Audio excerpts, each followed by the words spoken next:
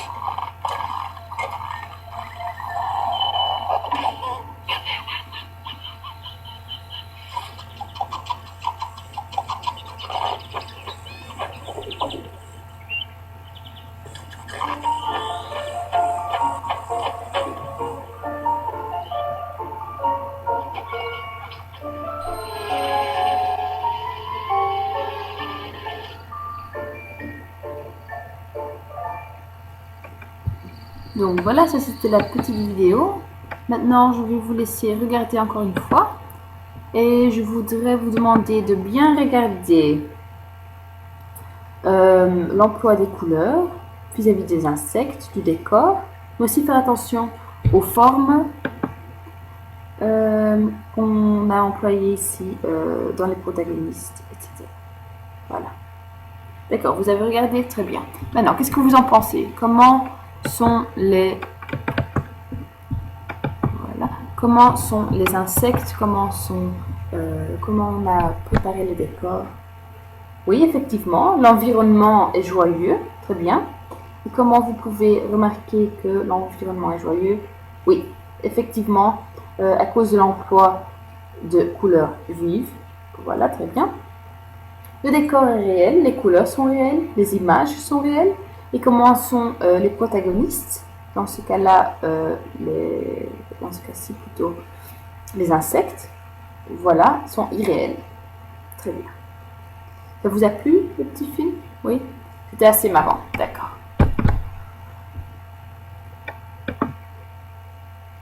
Maintenant, pour la tâche, qu'est-ce qu'on va faire? Nous allons faire une petite vidéo, notre propre petit film. Et pour cela, vous allez faire un petit décor. Vous allez dessiner des insectes. Et après, on va mélanger le tout. Et on va en faire un petit film, une petite vidéo. Voilà. Pour commencer, je vais vous diviser en groupes de 4. Vous serez 4. Et vous allez commencer un brainstorming. Il y a quelqu'un qui sait ce que c'est un brainstorming? Voilà, effectivement. Donc vous allez réfléchir à quelque chose. Et dans ce cas-là, nous allons réfléchir à une petite histoire. Vous êtes libre de choisir votre propre histoire, mais il y a certains critères à suivre. Donc au début de l'histoire, tout se passe bien. Donc ça c'est dans chaque histoire, tout début est le même. Dans l'histoire, tout se passe bien. Ça, vous allez le remarquer dans les couleurs, dans l'emploi des couleurs. Voilà. Au milieu de l'histoire, il y a un problème. Il y a une cigarette qui apparaît et qui pollue l'environnement. L'atmosphère va changer. Donc, vous allez devoir utiliser d'autres couleurs, d'autres formes. Après, il y a les insectes qui prennent une décision. La décision va être radicale afin de bannir la cigarette en question. Et pour terminer, il y aura l'atmosphère qui va changer à nouveau, donc ça va améliorer. L'atmosphère va améliorer parce qu'il y avait d'abord la cigarette qui était assez négative, qui amenait une atmosphère gris, négatif, et maintenant tout va changer. Donc ça c'est pour le brainstorming. Ensuite, vous allez faire un storyboard. Donc après avoir écrit votre histoire brièvement, vous allez dessiner un storyboard. Et c'est quoi? Chaque groupe va employer une feuille en papier et va la diviser en 6. Donc il y aura 6 parties. Toute division va montrer une esquisse d'une partie de l'histoire. N'oubliez pas que c'est qu'un brouillon et que ce n'est pas un dessin détaillé. Voilà. Ce storyboard va vous aider plus tard pour le montage du film. Je vous ai dit que j'allais vous diviser en 4, en groupes de 4. Par groupe, il y en aura 2 qui vont réaliser le décor et il y en aura 2 autres qui vont créer plutôt les protagonistes. Comment s'y prendre? Pour le décor, je vais vous montrer des peintures du peintre Rousseau.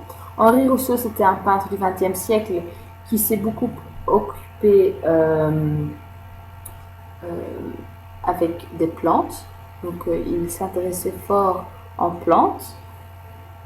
Voilà. Et comment dessiner les plantes? Vous allez d'abord faire un petit cadre. Donc, vous mettez la feuille avec l'œuvre d'art, vous la mettez sur votre table et vous allez ajouter ou vous allez mettre le petit cadre que vous avez fait vous-même, le petit cadre en papier, vous allez mettre sur l'œuvre d'art. Et vous allez chercher une composition que vous trouvez intéressante. Après, vous allez l'esquisser. Vous allez esquisser la composition, mais ainsi que vous travaillez à 2 sur une feuille. Donc, vous avez une feuille A4, donc A4, que vous allez employer à 2. Vous esquissez et après avoir fait quelques esquisses, vous allez choisir chacun une esquisse de l'autre. Après, vous allez l'agrandir. Vous allez esquisser l'esquisse de votre partenaire et vous allez l'agrandir sur une feuille A4. Vous allez la colorier avec des tons verts et les crayons. Et voilà, donc en crayon avec des tons verts. Et après, vous allez le découper.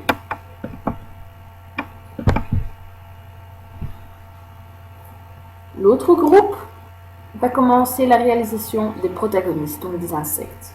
Puisqu'on a dit que c'était aussi des insectes réels, je vais vous montrer des photos d'insectes réels. Et comment faire ça précisément? Pour commencer, vous allez chercher les formes géométriques qui sont présentes dans chaque photo. Donc, dans chaque insecte, vous pouvez trouver des triangles, des carrés, des cercles. Et vous allez les dessiner sur votre feuille. Après, vous allez lier ces formes en dessinant une ligne souple. Puis, vous allez éliminer les formes trop carrées en gommant les angles dérangeants. Donc, les angles, mais aussi les formes trop pointues, vous allez les gommer. Puis, vous allez esquisser les formes correctes.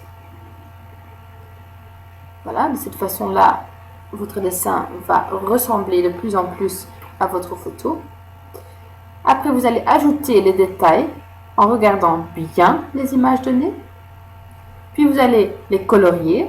Vous allez colorier votre propre dessin en utilisant des marqueurs et des feutres à couleur vive. Pourquoi vive?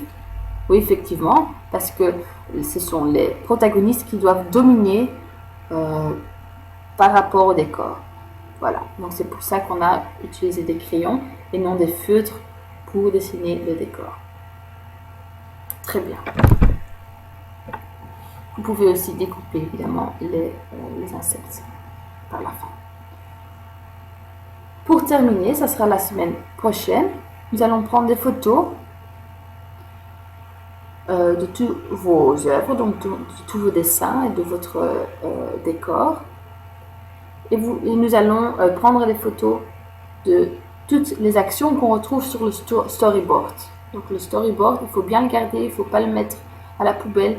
On va bien regarder toutes les phases, toutes les scènes qu'on doit suivre pour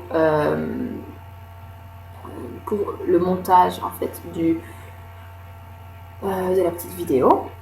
Et une fois qu'on aura pris assez de photos, on va commencer le montage dans un programme qui s'appelle Movie Maker, mais ça sera pour la semaine prochaine.